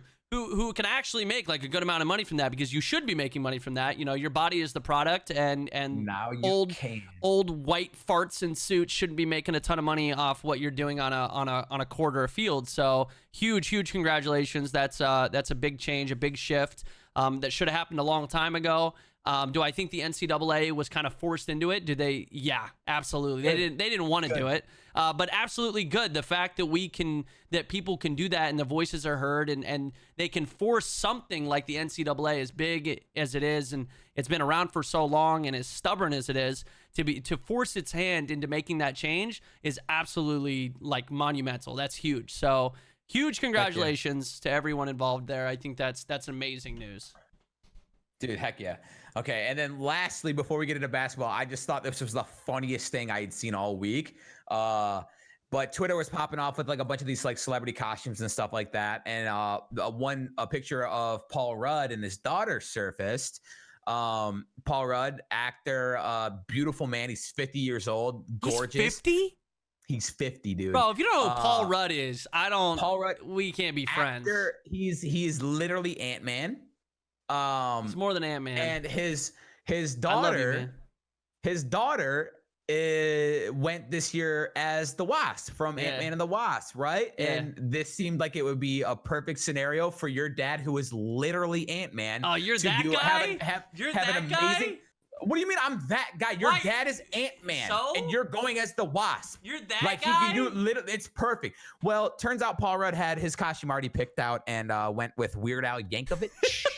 Dude, I love Weird Al. That's a great costume, and he pulled it off too. Of Paul Rudd walking down the street as Weird Al and his daughter just happily trucking along as the Wasp, and I'm like, bro, Yeah. like his daughter, like he had been thinking about this costume. This is how the scenario played out in my head, right? Like he was like, honey, this year I'm going as Weird Al. I'm going as, and then his daughter, like a week later, is like, Dad, I want to be the Wasp. And he's like, well, listen, I already have my costume picked out. So you thought Ant-Man was fighting crime with you this year. He's not. Weird Al Yankovic is coming through to sing some parody songs. Like, it was the funniest thing to me. Yeah, but technically it's like a double whammy. He is Ant-Man. He plays Ant-Man. So she's the Wasp with her dad, Paul Rudd, who is Ant-Man. So dress up as Ant-Man, Why? Paul Rudd. He doesn't Make want your daughter to. happy. That's so funny, dude. I think his daughter's happy either way. I don't think his daughter was unhappy that he didn't dress up as Ant-Man. Nobody knows Paul that. Rudd. I'd be happy too. I don't know, man. Like, I thought his costume was fucking sick. To Dude, be fair, it was some really good Weird Al costume. It was so funny. And I love Weird Al. He did. He kind of oddly pulled off Weird Al like perfectly. Like I thought it was a picture of Weird Al at first. I thought it was Weird Al and his daughter. And then it was like, oh no, Paul Rudd. And I was like, oh, that's why it's funny. It's because Ant-Man decided to go as the Wasp instead of Weird Al instead of Ant-Man. Yeah. Dude, he could have got like the actual Ant-Man costume too, and like had like the best costume possible. He's like, nah, dude, I got Weird Al wearing this random Weird Al wig or. Dude, where did he even find that? It's like he shaved Weird Al's head. I know, it was perfect. You probably paid for it, dude. You could probably get like a custom wig made. Like, hey, I want Weird Al hair. Give me that custom wig and. Go to a wig shop or something like when that. When you got Paul Rudd money, you could probably do some crazy costumes. I'm just throwing it out there, you know. Dude, I just thought that was so funny, so funny. You know, I mean, you could have a Paul Rudd costume like Weird Al, or you could be like some weird dude on the internet dressed up as a giant foot. You know, there's a fine line. Some of us have an actual budget. All right. This is the fourth of 8 costumes I purchased. All right.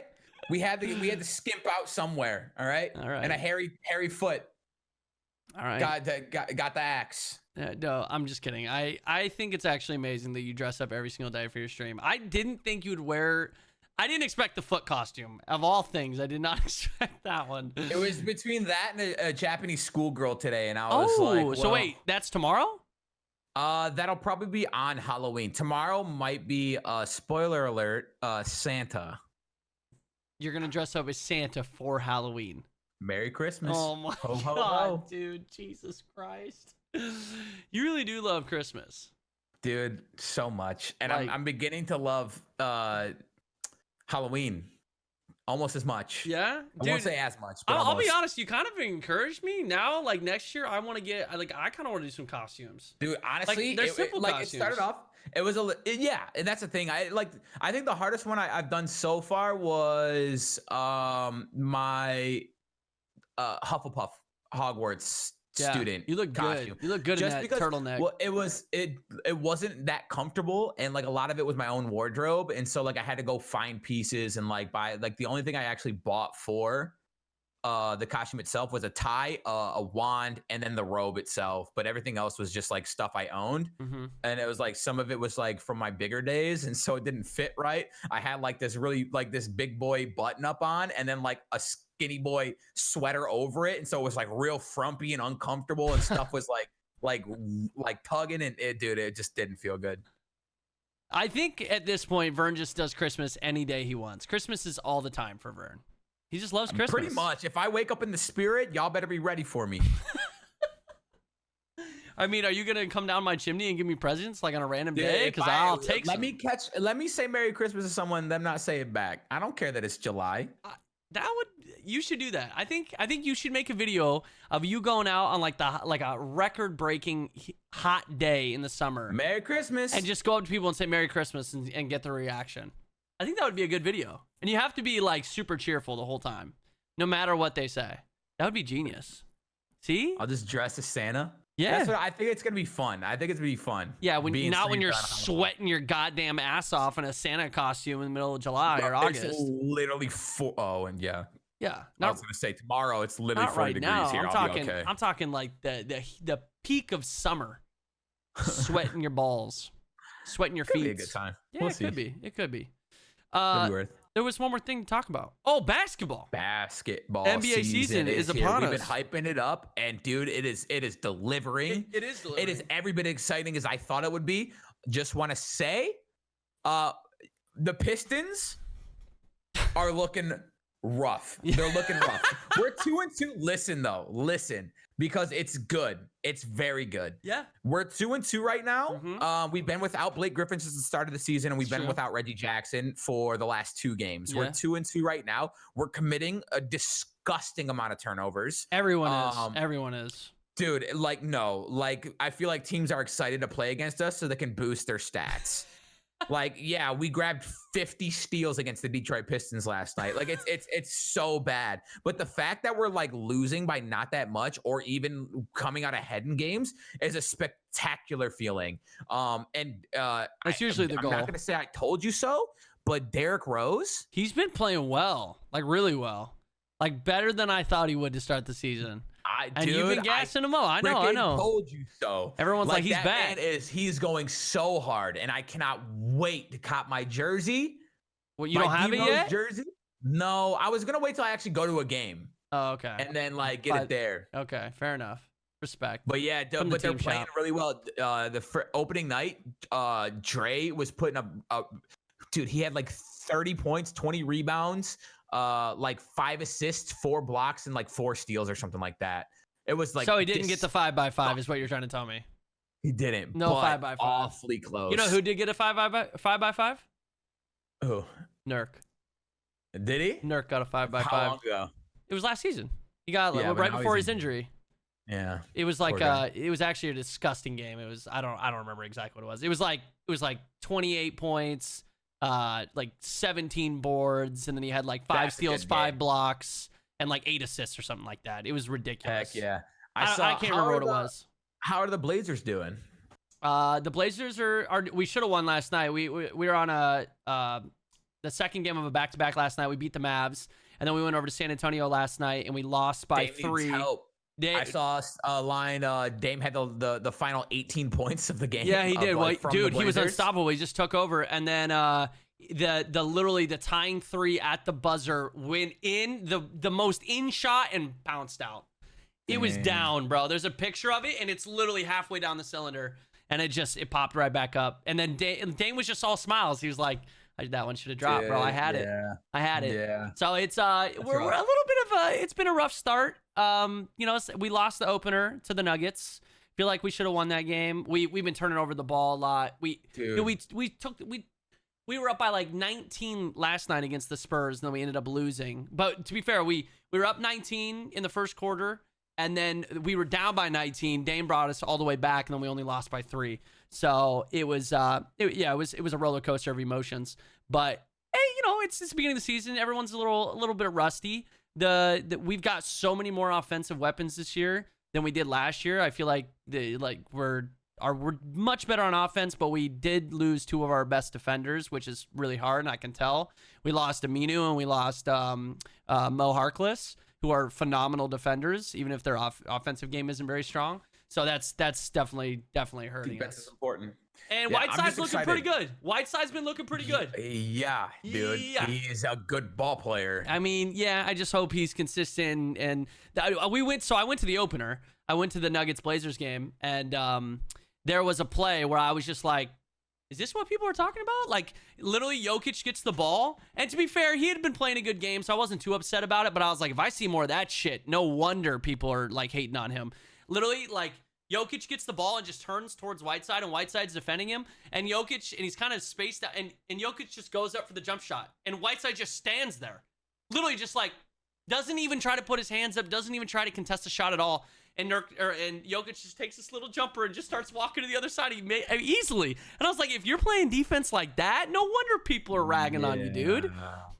To be fair, that's kind of stuff just can't happen. That's just lazy basketball. And so when I It's saw fun to see that, the wheel, man. when I saw that, I was like, if there's more of that shit, I totally understand where the hate's coming from. But for the most part, he's been actually really solid for us. So I've been enjoying it. But It's good because yeah. I'm looking forward to this Blazers Pistons finals this year. Yeah, I don't know about that, but we'll see. We'll see. Dude, our 2 wins were against the Pacers, actually, who I thought was going to be like one of the biggest threats in the East. Granted, they're without Oladipo, but like I said, we're without Griffin and Reggie Jackson, and that's probably a good thing for your team, missing Reggie Jackson. Well, not really, because our other backup is Tim Frazier, I believe his name is. Yeah, Tim Frazier played for the Blazers. He hasn't been doing too hot, but he's been starting in place of instead of D Rose, and I love how Dwayne Casey's playing D Rose, and he said he's like because he's been getting a lot of flack, like hello, like D Rose is playing out of his mind, like why are you not starting him? Why is he not getting more minutes? And Dwayne Casey's like, dude, he's a human. Yeah. He's human. Like he knows his strengths, and we're gonna play to those. We're not gonna go out there and exhaust him, risk injuries. Like he's gonna come off the bench. He's gonna be explosive. He put up 31 one night. As long as he's doing stuff from the bench, it doesn't matter if he's starting or not. Dude, he and Luke Kennard, oh my God. I said this last year too. I'm like, dude, I want them to give Luke the green light because he is literally a sniper. He has hit some disgusting shots this year. A huge 3 in 2 defenders' faces to seal the game against our last game against the Pacers. Like the dude is a sniper. And I could tell him and Derrick Rose already have a connection together because D Rose, I see him forcing a lot of shots, except when Luke is on the floor. And he will find Luke Kennard every single time and just trust Luke to make the shot. And it is so good to see. Like Derrick Rose is a true point guard, and he's a nasty finisher. Around the rim, he contorts his body and makes these shots that I have never seen before. And I'm like, dude, how? You're gonna okay, fair enough. I don't know how the ball avoided all 17 defenders, but hey, I'm for it. I'm living for this.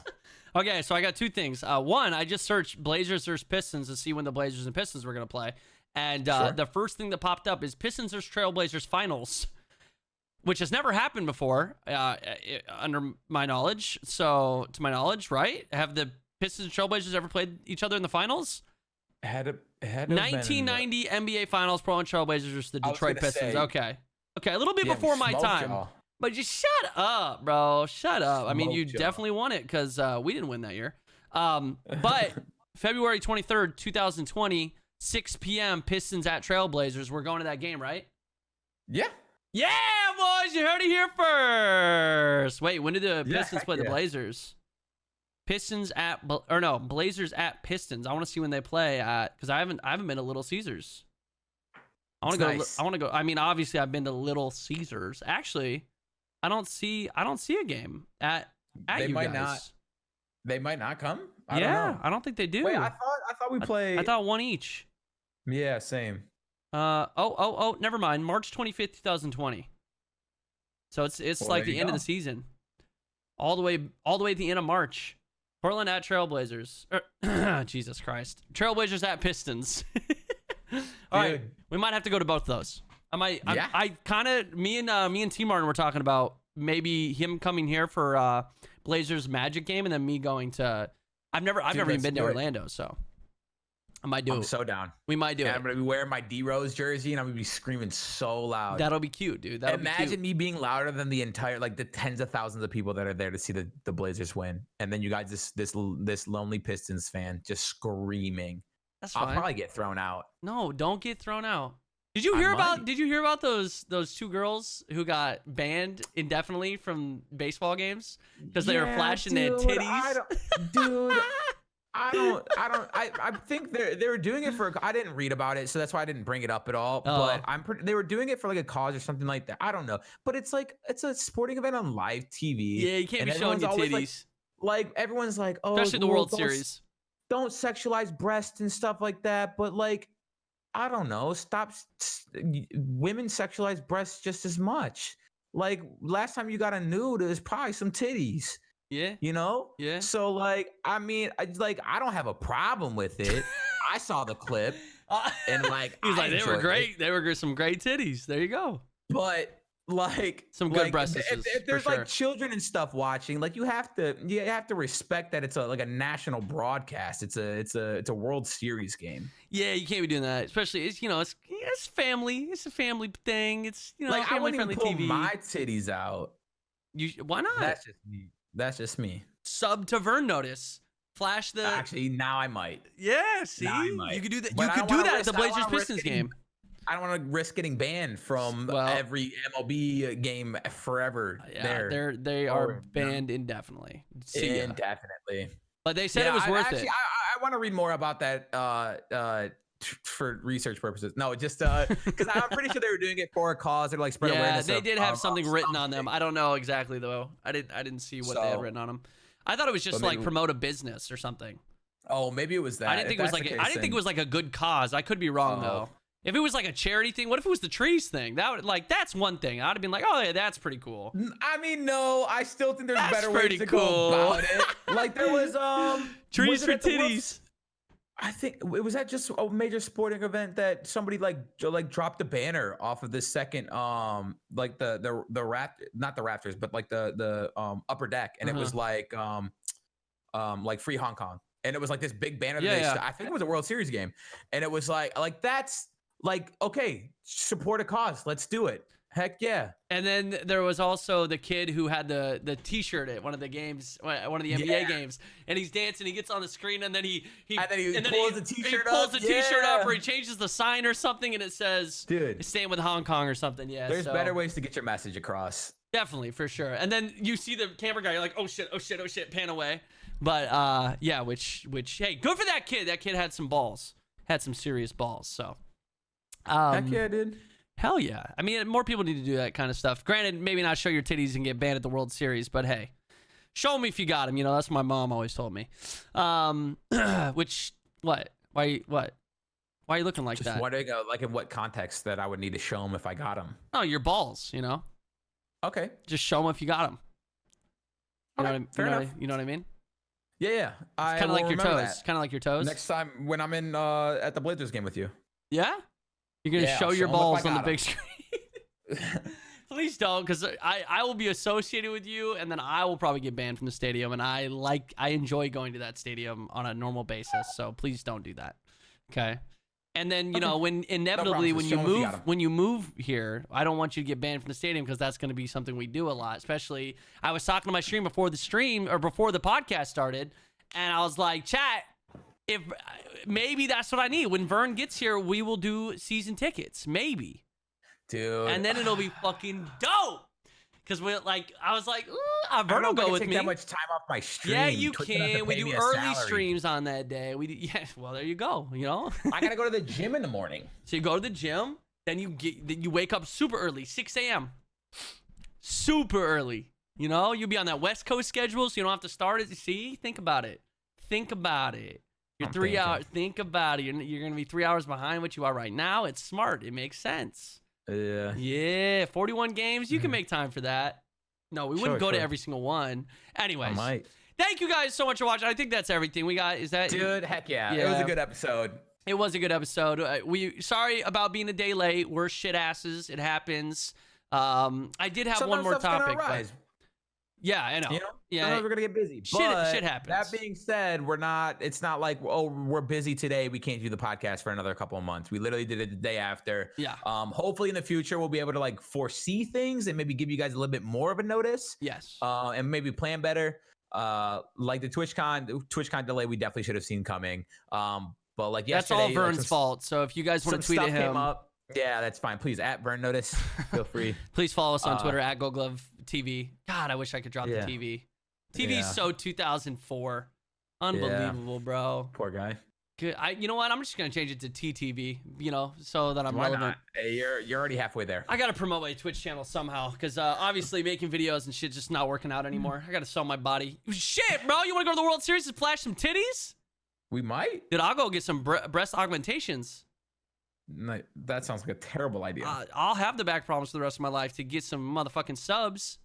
Sub for titties. Chat, sub for titties. Anyways, thank you guys so much for listening to the podcast. We appreciate you guys hanging out for Brothers to the End, episode 7. You guys can find us on all the links down below in the description of this episode. Or if you're watching this on YouTube, thank you guys so much for chilling. Thanks for hanging out with me, my brother, aka my friend with the foot fetish. It's pretty dope that you're just so open about your foot fetish and that you are said foot. We don't kink shame here. The manlier the foot, the better. So we'll see you guys later. We'll see you guys in 2 weeks for another episode. Have a great... Where's my music? Where's my music? Oh, no, dude. Oh, no, dude. I'm a new streamer. Dude, in the meantime, you guys feel free to follow me on all major platforms at VernNotice. Yep. Subscribe to my YouTube channel. Follow me on Instagram and stuff like that if you want to see feet pictures of my costume. On Instagram at VernNotice. Twitter is also at VernNotice. Bye. YouTube is subscribe. I'd be happy for you if you say you're happier with someone else. I'll be honest with you. Just the thought